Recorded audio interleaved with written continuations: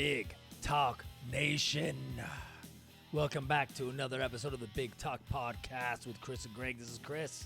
This is Greg. And this is Ratt Out of the Cellar. Welcome back, everyone. Greg, what's going on with this album? Give us the gist. What's going on right now with Ratt right now? All right, today is February 17th, but years ago, February 17th, 1984, this album was released.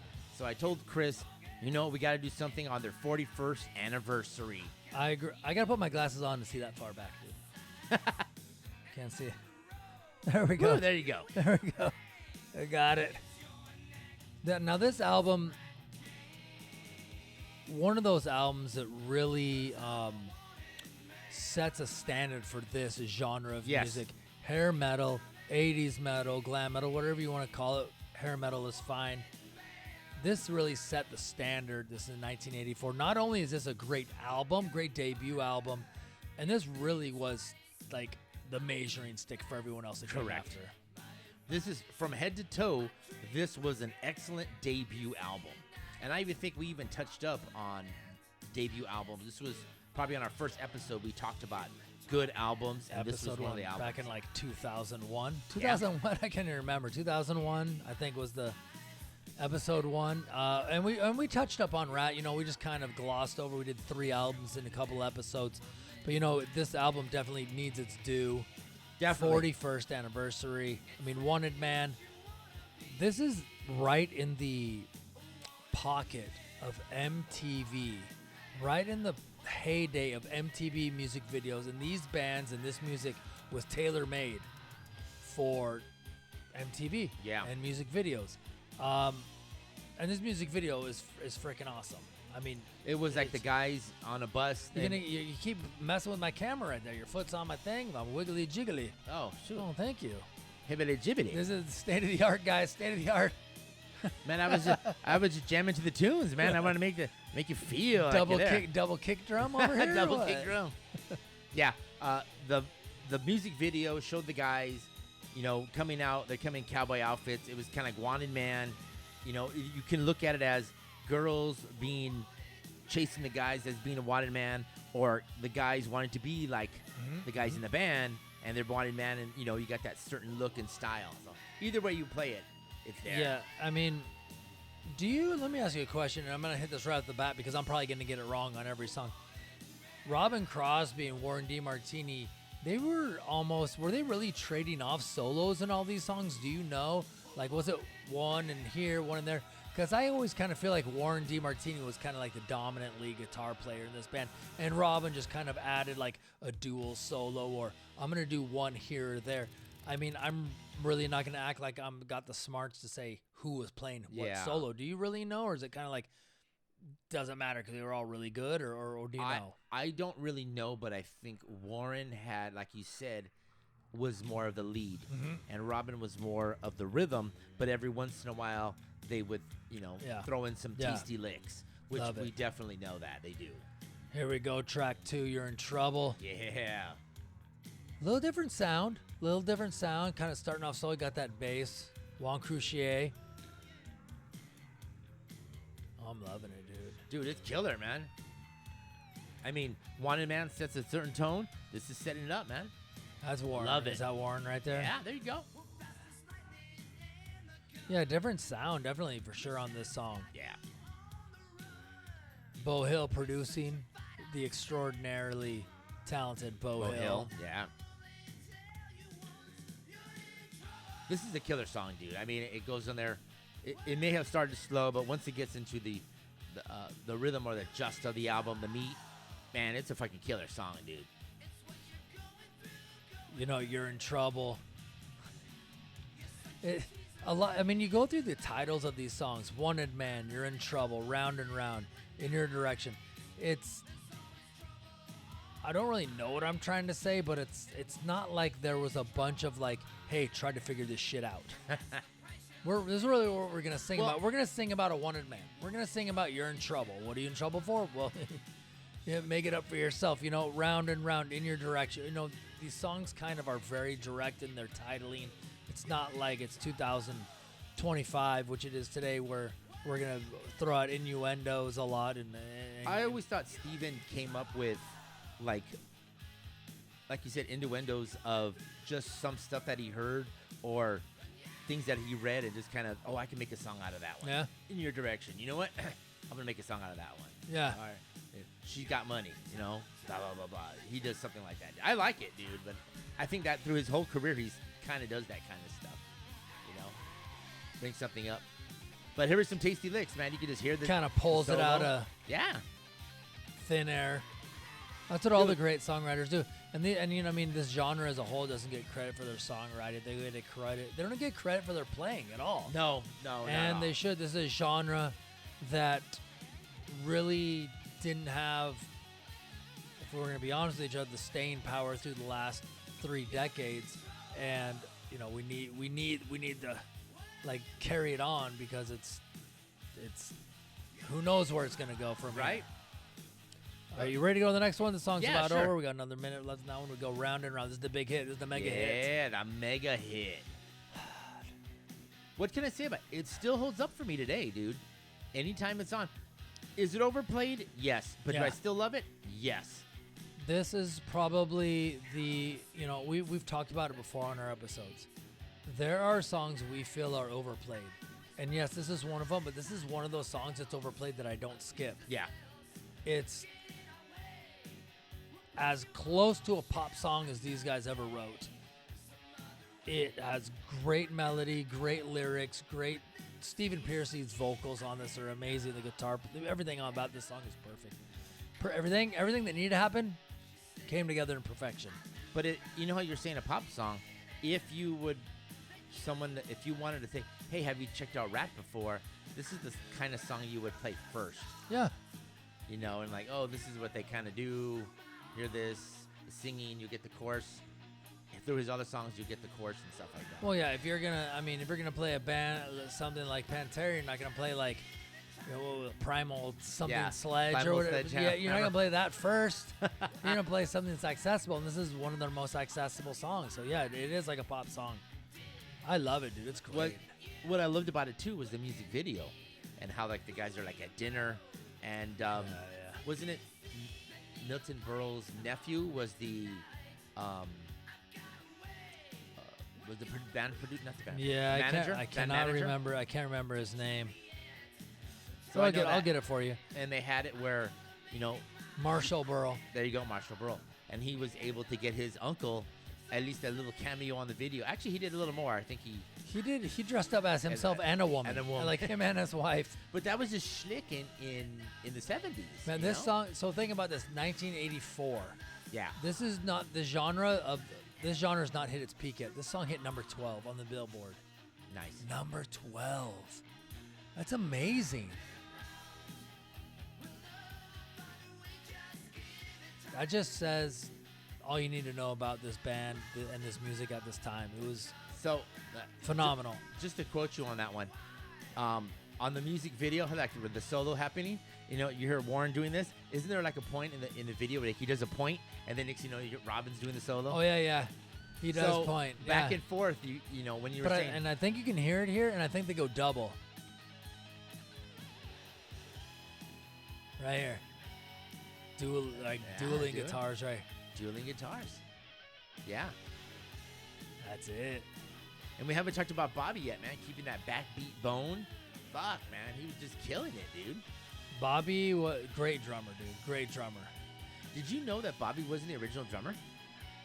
I think I remember seeing something like that, but speak more to that. Let's go. Other than I just didn't. No, I recently found that out where it was like they had, before they even did the EP, they had another guy who was doing the drums, and I was kind of like, Bobby Blotzer is not the original. Yeah, I thought Bobby was the first one. They had some other guy doing it, and maybe he just didn't want to do it anymore, didn't like him. I love that little breakdown right there. There you go. But yeah, I think Bobby holds up.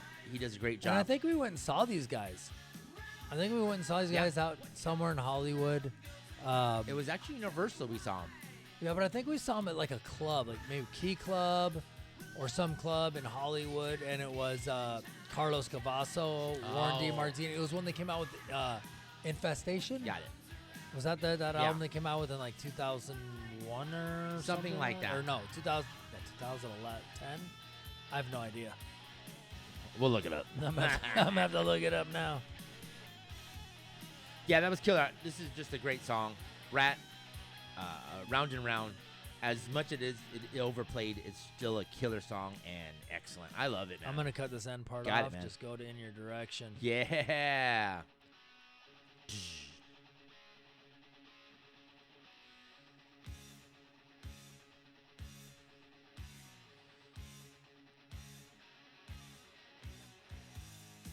Just killer, dude. And this is Stephen Pearcy's solo songwriting on this one. This is a good track right here, dude. This is the only song he has by himself? Yep. Only one he wrote by himself. It's got a groove to it. Yeah. You know what? I think the last time we talked about Ratt, they were known for being what they call fashion rock. So like the EP and then probably this album, they were trying to be more fashionable instead of leather and lace. You know, they went for clothes. They had a bunch of Back stuff in- like tied around their leg, Yeah. some more tassels, like a headband. Let's give some sexy looks. You know, this and that. You know what I mean? Like Wanna the be hair, sexy like, for the ladies? Yeah, for the ladies. Yeah, do a little something funky with our Yeah. hair. Yeah, that's definitely That's true. definitely. I mean, it worked. Yeah, It definitely. worked. I mean, this was the time. This was the time for all that. You couldn't pull this off, and I mean, maybe you could. Maybe this is what 2025 needs. I don't know. Little tassels and a little more lipstick or Little, what? little floppy hair, a little tassel, some tight pants. And But pull wouldn't today be more like shaved? I don't know, dude. I have no idea. Shave your hair. I got no Little idea shave. what's going on. Put a big G on the side, Chris. A big G for Greg. That's right. Greg Yeg. You can have one in the front, two in the back. Yeah, let's go. Killer song, dude. I love it.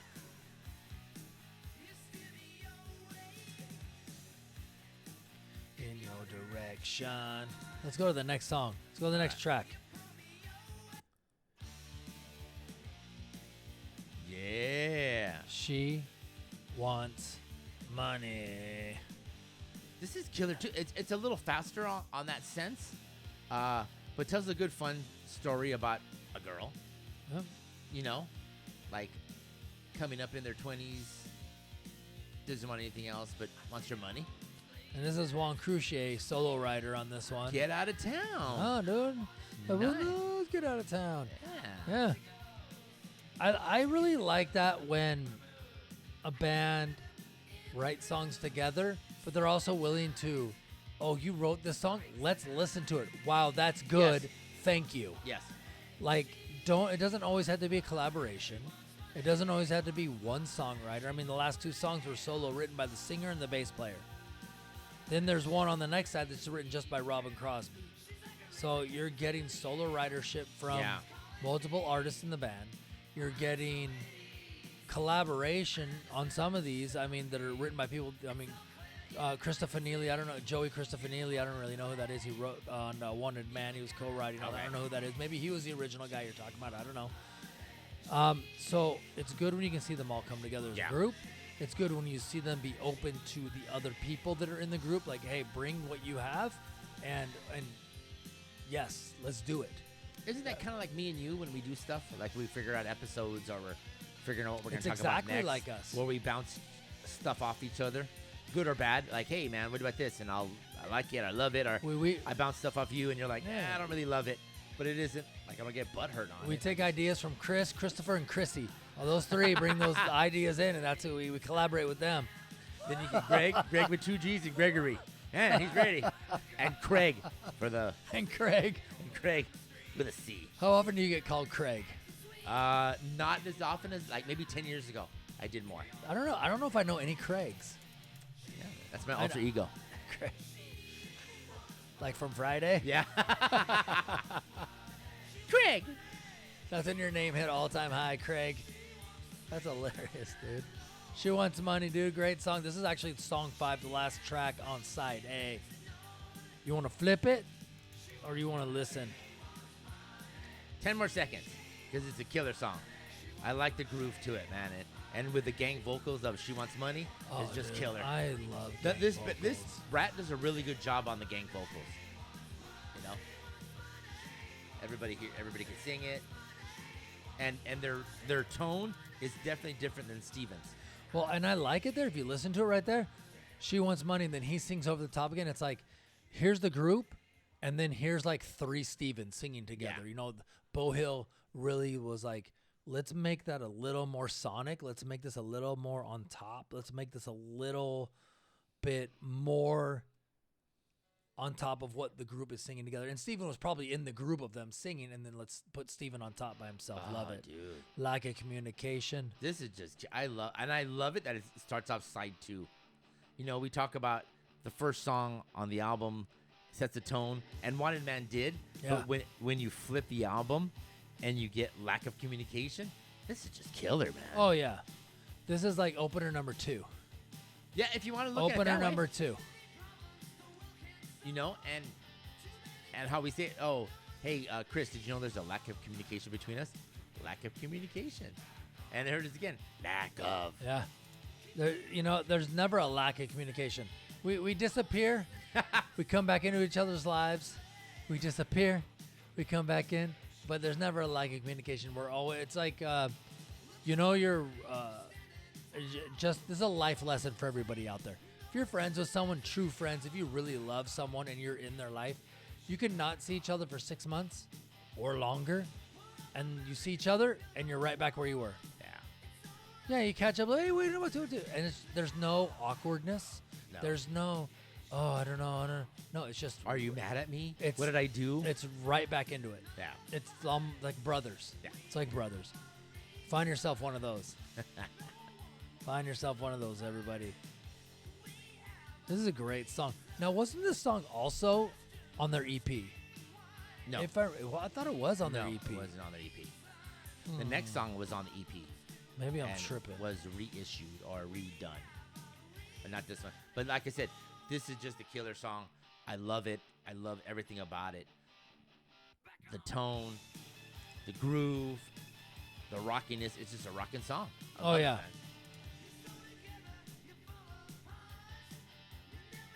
Crüe, Pearcy writing on this one. That tone, that guitar tone is just like, it's like Fritos, dude. It's so crunchy. Love it. Yeah, it's killer, dude. I think this is about like 2 years, maybe 3 years into their getting the core group of Ratt. And so I think Warren DeMartini's maybe like 2021. Oh, yeah, he was a on this youngster, side. dude. I think he was young. I mean, you see a lot of these guys that were back in this time playing in a lot of these big bands. Dude, they were in like 84, 85, 86, 87, 88, maybe that 4-year period, 18 to 20 years old. Yeah. So it wasn't like these were like 30-year-old Right. men in bands. Yeah. So you'd see them now and you're like, God, I thought you'd be a lot older. And they're like 50 years old. It's like, or they're 60. You'd think they would be like 80, but they're not. Dude. Yeah. They're still, relatively young. Compared to Mick Jagger. Right? He was what, 85? I don't know, but he's still moving, dude. Right? Him and Keith, dude. Moving and grooving. Love it, love it. Let's go to the next song. All right. Little acoustic opening right here. Oh, yeah. And like we said, this was done from a reissue. So this was on the EP. And I think the record company loved it so much they needed to put it on this album. And I'm so glad they did. They, Beau Hill probably polished it up. Beau Hillified it. Yeah, Beau Probably played some keyboards. Oh, Busted he out probably his- did, man. Beau And, Hill loves to play his keyboards. and it's just killer. I love the way it sounds. Sounds great, and there's just a phenomenal music video to this too. And I think even Tawny Katane was in this video. Tommy Lee and Nikki Sixmer did Now, a special appearance. Tawny Katane was in the video. I Yeah. think she was in a couple of their videos on this album. On the album cover. On the album 'Cause cover. I don't know if at this point she was dating Robin Crosby, but throughout at least what we know of their relationship that they have ever made public, they've always been at least friends. Yeah. They've always been that relationship at least. Correct. She was always a big supporter of theirs. So yeah, she's on the album cover. She's in the videos. And yeah, you talk about, I remember when we did the first episode of this, we were talking about how I was like, oh yeah, I watched all the videos. And you're like, oh, remember in this video?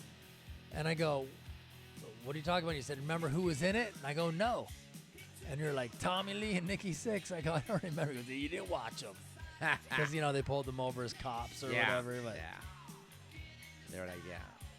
I think it was because I think Mötley was already at Shout at the Devil or doing it or recording it. I think they might have been between Shout the Devil and Theater of Pain. Like Oh, right in okay. that area. Okay. Before Theater, but after Shout.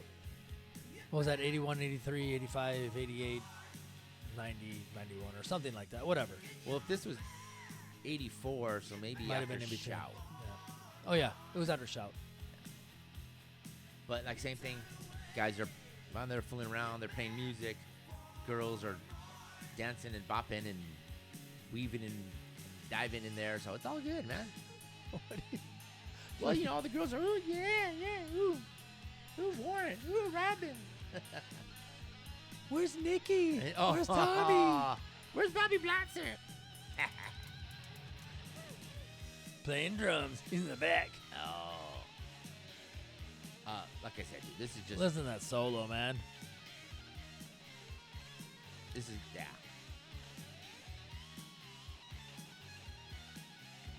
Yeah. There are, I'm not going to say, there are so few bands and musicians that are playing solos like that. I'm not saying they can't. They're not. And I need to hear more of that. I need to hear more, like, I don't know what it, like, is it like more emotion, more heart, more feeling? Because all I'm hearing now is a lot of bands just like, I don't want to say they're mailing it in because, God, I have no idea what it takes to write a song. Right? I have no idea what it takes to play a song. I have no idea what it takes to produce a song, mix, engineer, put one out. But I can tell you, I know what it's like to feel a song. Yeah. And a lot of the songs that are out nowadays, I do not feel. I don't feel the heart. I don't feel the soul. I don't feel the, like, I'm giving you everything I have in this song. I don't feel the pouring out of emotion, the pouring out of songwriting. I don't hear it. I don't feel it. This genre, it's not just this genre, guys. I'm not just saying hair metal is it, but, a lot of genres out, but I'm not really feeling it with the music in 2025 at all. Like, I hear a song, I'm like, so this is rock today? This sucks. But I mean, not all bands. There are some bands that are out there that are still doing it, that are carrying the torch. But there's so few, and you have to find them. They're not in your face. They're not playing them for you. Well, they're on the not radio. carbon copied, Chris. Yeah, that's true. There may be bands that are similar and sound But at this alike. point, Ratt wasn't a carbon copy. No, Ratt was not a carbon copy. They had Carbon something- copies were like 3-4 years away. Yes, but they had something going for them. They found 5 guys who liked this style, liked it, what they did, and they ran with it, Well, and they ran with it well. I think, okay, so what's the story you always hear about these bands? By the way, this is She Wants More. Great track. Sorry, Morning After. What is the story you always hear about bands from the 80s? Bands that are from Hollywood. Bands of the hair metal genre. Struggle. Moved here, they had no money. Oh, yeah. Homeless, living in people's basements, living in storage units, living on the streets. The struggle. It's this or nothing. That doesn't exist anymore. Because you know why? And I'll say it.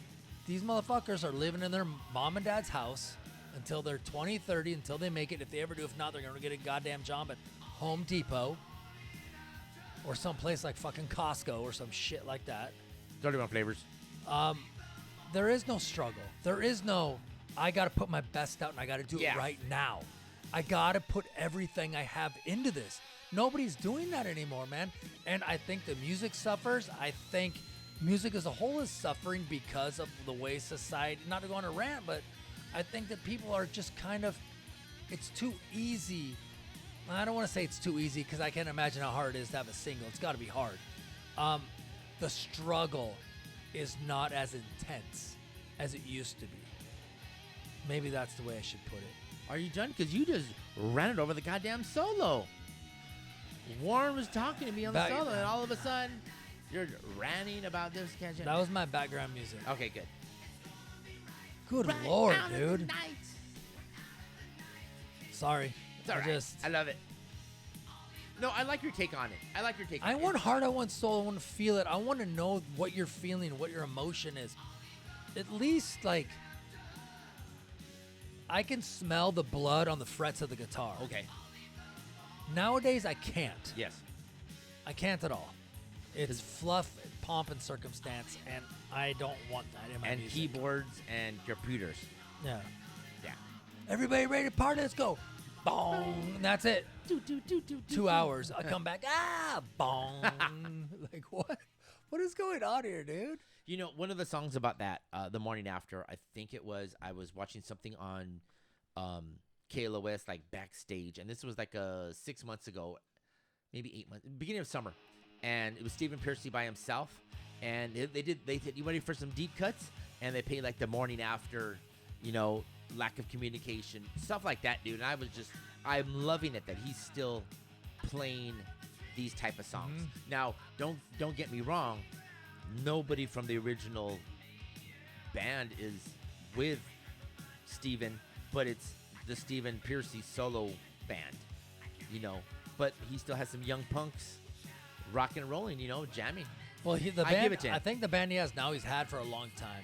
I don't know the name of the guy. I should probably look it up. I know that we've seen him before in Hollywood. He's got the mohawk. Yeah. I can't remember his name, and if he ever Chicken watches Boy this episode, sorry, I don't remember your name, but he's been in the band for a while because I just saw a recent picture of him. He still has the same haircut. I'm like, oh, that's the same guy. Round head, mohawk. Yeah.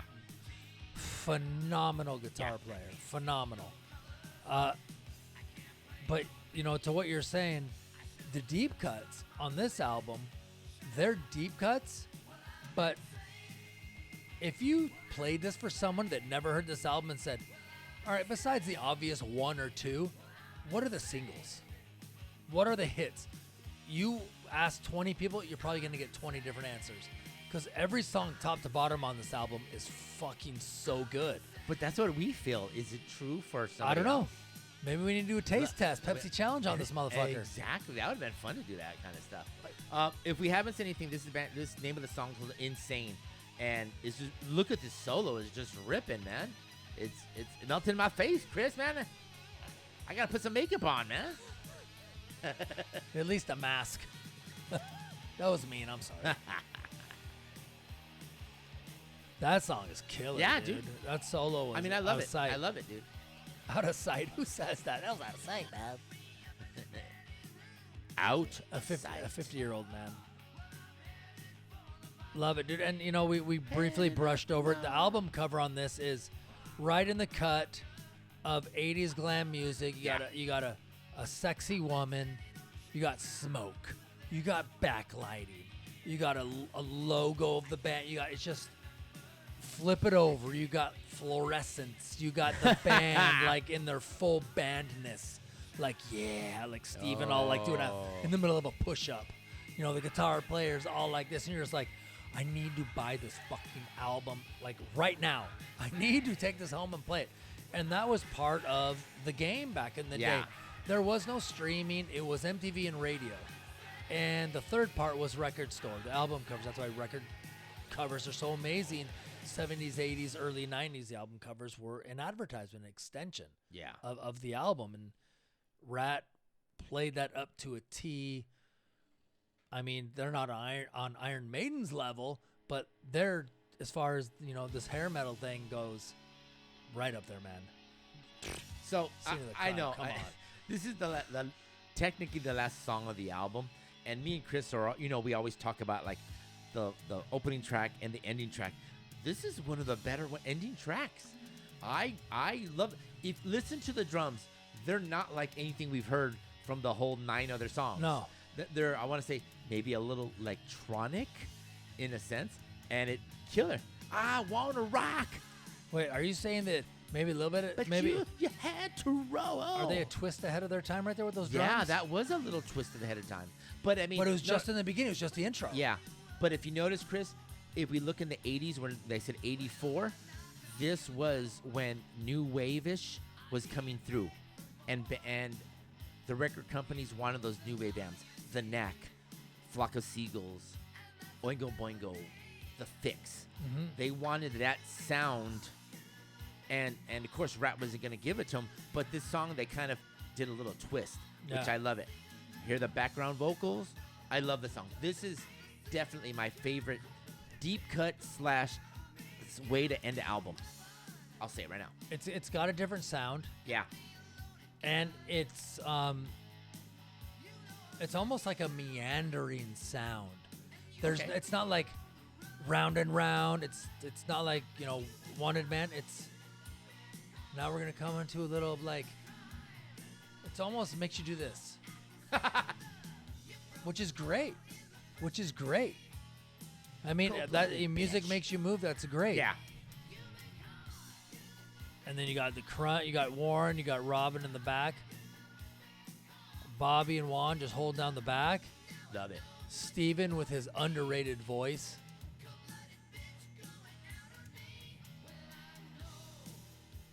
What's the scene of the crime? Cold-blooded bitch. What'd you do to me? Now you're gonna. That's the scene. What's the scene of the crime? What you did or what I'm gonna do? No, the scene of the crime is what you did, and I came home and caught you, woman. Yeah, and now I'm gonna go commit some crimes. Oh. But yeah. A little different sound on the guitars.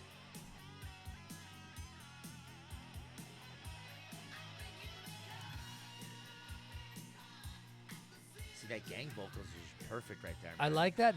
I like that sound of, and I've said this before with like Warrant on like Better Roses and some of their songs where they're all singing together. So you listen to it right there. They're on that verge of almost like one slight hiccup and one of you is gonna be out of tune. Oh, and okay. I love that sound. Okay. Of like, just sing it once, we're gonna take it. And it almost sounds like that. Obviously, probably not, but I love that sound where it's kind of like, it sounds, makes them humanized. Yeah. Like they're not this like unreachable or unattainable rock band or group or song or idea. And that just like, oh, they almost did it. Yeah. They almost did it that time. Yeah, Love it. That's true, man. Now, you brought to my attention because I didn't know, or you did tell me and I forgot. They had a song that was a leftover. Yes. From this album, which they just released in October of 2024. Correct. On when they released the 40th, I think it was the 40th anniversary. But the 17th of February is the 41st anniversary. Reach for the Sky. Single. Which we're going to close this show with here in a minute, but that's amazing that they can just reach into their archive and say, oh, look at this gem I'm about to pull out and throw at you. Well, hey, do you remember this? See what we can do to twist it, turn it, and turn it into a regular song. Let's go. You ready? I'm ready.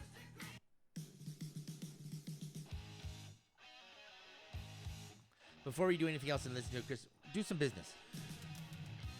Let's see if I can remember all this All right. stuff. We're on TikTok. We're on Instagram. Big Talk. At Big Talk CG podcast. We're on YouTube. The Big Talk Podcast with Chris and Greg. That's about it, dude. All right. BigTalkCG@gmail.com. I mean, we're not really doing the X thing anymore. I mean, no political reasons, nothing, because that's just nothing really going on there for us. So, those are really the thing. TikTok is big for us. YouTube, let's go there. You can look at our faces. Yeah, there you go. All day long. You can fall in love with us. Fall in love. You can print us out on some dot matrix printer. Make a door poster. Ooh. Color it in, like remember those old watercolors with the brushes or stuff? Yeah, this is straight up off Out of the Cellars from the sessions. It was like, from what I briefly read, before we went on the air, kind of like, okay, we're not putting it on the album. Maybe we'll put it on the next one. It just kind of never made it again. Yes. And now it's like, the song is done. Why don't we just put it out on an anniversary or edition? Or it was in their vault or lost tapes. Yeah, where lost tape. They can, hey, we had this. And I bet you they have many more, too, that are complete that, they can do over the years. But this is fun. I'm super glad they released it. I mean, it took them 40 years to do it, but hey, it sounds good, man. It's got a different sound. Yeah. It does almost have the guitars only. That twin, Iron Maiden did a lot of that kind of stuff. Ding, ding, ding, ding, ding. They have a lot of that in this song. That's almost like the main melody or riff through the whole song. Love it, dude. It's just a little different, dude. The twist. Who wrote this one? Was it Stephen? I don't have that information. Oh, we don't have it. Okay. I didn't know if there was anybody else in the band that did it. Was it the Bobby Blotzer song? I don't know. The Bobby, he was the only one that did. Listen to that, though. Listen to him hit it.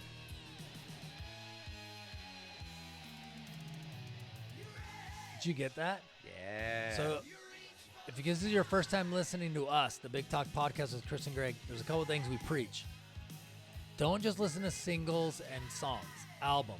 Full albums. And try to listen with headphones, because if you just heard what we heard on those drums, that was ping pong in between my ears right me there. Too. That was great. All right, guys.